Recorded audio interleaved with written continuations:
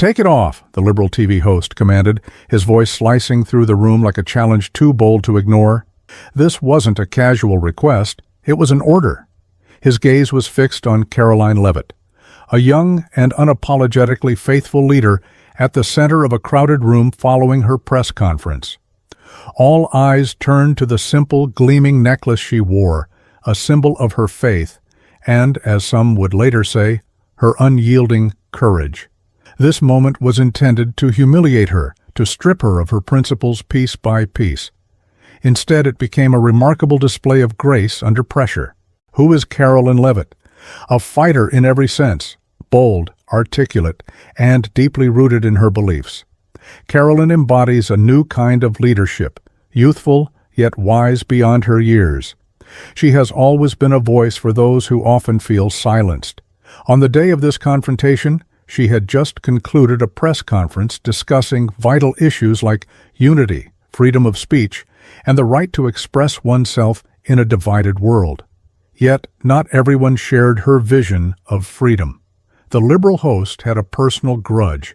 Their past exchanges had been heated, but this time it was about something far more intimate, her faith. "Take it off," he sneered again, his voice rising as if daring her to refuse. The room fell into an uneasy silence, even those who agreed with him shifting uncomfortably in their seats, unsure of what would happen next. But Caroline didn't flinch. With steady resolve, she tilted her head slightly and offered a faint, disarming smile. "You want me to take off my faith? That's what this necklace represents. My faith, my relationship with God, my strength. You're asking me to remove it because you disagree with it?" Her words were not defensive or angry. They were measured and thoughtful, immediately reframing the narrative. Suddenly, this was no longer about a necklace. It was about something much deeper. But before we delve into her response that left everyone speechless, let's understand what led Caroline to this pivotal moment.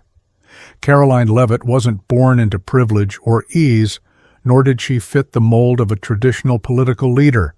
She grew up in a modest family where faith was woven into the fabric of their lives.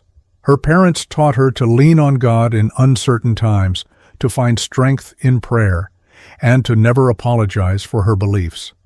"Faith isn't about shouting louder than others," her mother often said. "It's about living with conviction, even when no one else does." Caroline carried this principle throughout her life, from high school debates to college lectures, often being the sole voice for her worldview. She learned early that standing up for what you believe can put a target on your back, but it also earns respect, even from those who disagree. After the host's antagonistic question, Caroline took a deep breath, focusing not on his loaded words, but on the teachings she had cultivated over the years. "I'm sorry if my necklace makes you uncomfortable," she began, her voice steady. "But I wonder, why does it offend you so much? Are you really angry about a piece of jewelry or what it stands for?" A shift occurred in the room. Her tone was inviting, urging the man eyeing her with disdain to pause and reflect. "This necklace," she continued, gently holding it between her fingers, "is not just an accessory. It's a reminder of the strength I've received in my darkest hours when nothing else could bring me peace.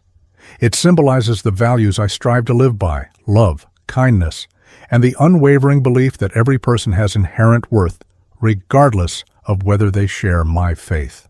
The room fell silent. Even the TV host, who had prepared to escalate the exchange, took a step back as her words began to resonate. "But I don't wear this necklace to impose my beliefs on others," Caroline asserted. "God gives everyone the gift of free will, including the choice to follow Him or not. And I respect that deeply. I wear this because it reminds me of how far I've come, the battles I've fought, and the strength I've gained, not by my own power, but through God's grace." She paused, allowing her words to linger in the stillness. Cameras flashed, pens scribbled, but the energy in the room was undeniable. "You said I should take it off as if it's something I can remove easily. But my faith isn't a decoration, it's who I am. It informs every choice I make, every policy I advocate for, and every interaction I have." I say this knowing that not everyone believes the same, and that's okay. Her words were not just directed at the host. They were for everyone in the room who had ever felt attacked or silenced for their beliefs. I wear this not because I think my faith makes me better than anyone else, but because it reminds me to be better than I was yesterday, better to my friends and family, better to strangers who may need kindness more than I realize. That is what my faith symbolizes. If that offends you, then perhaps it's not my necklace that's the issue.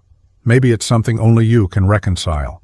The liberal host opened his mouth to respond, but no words came.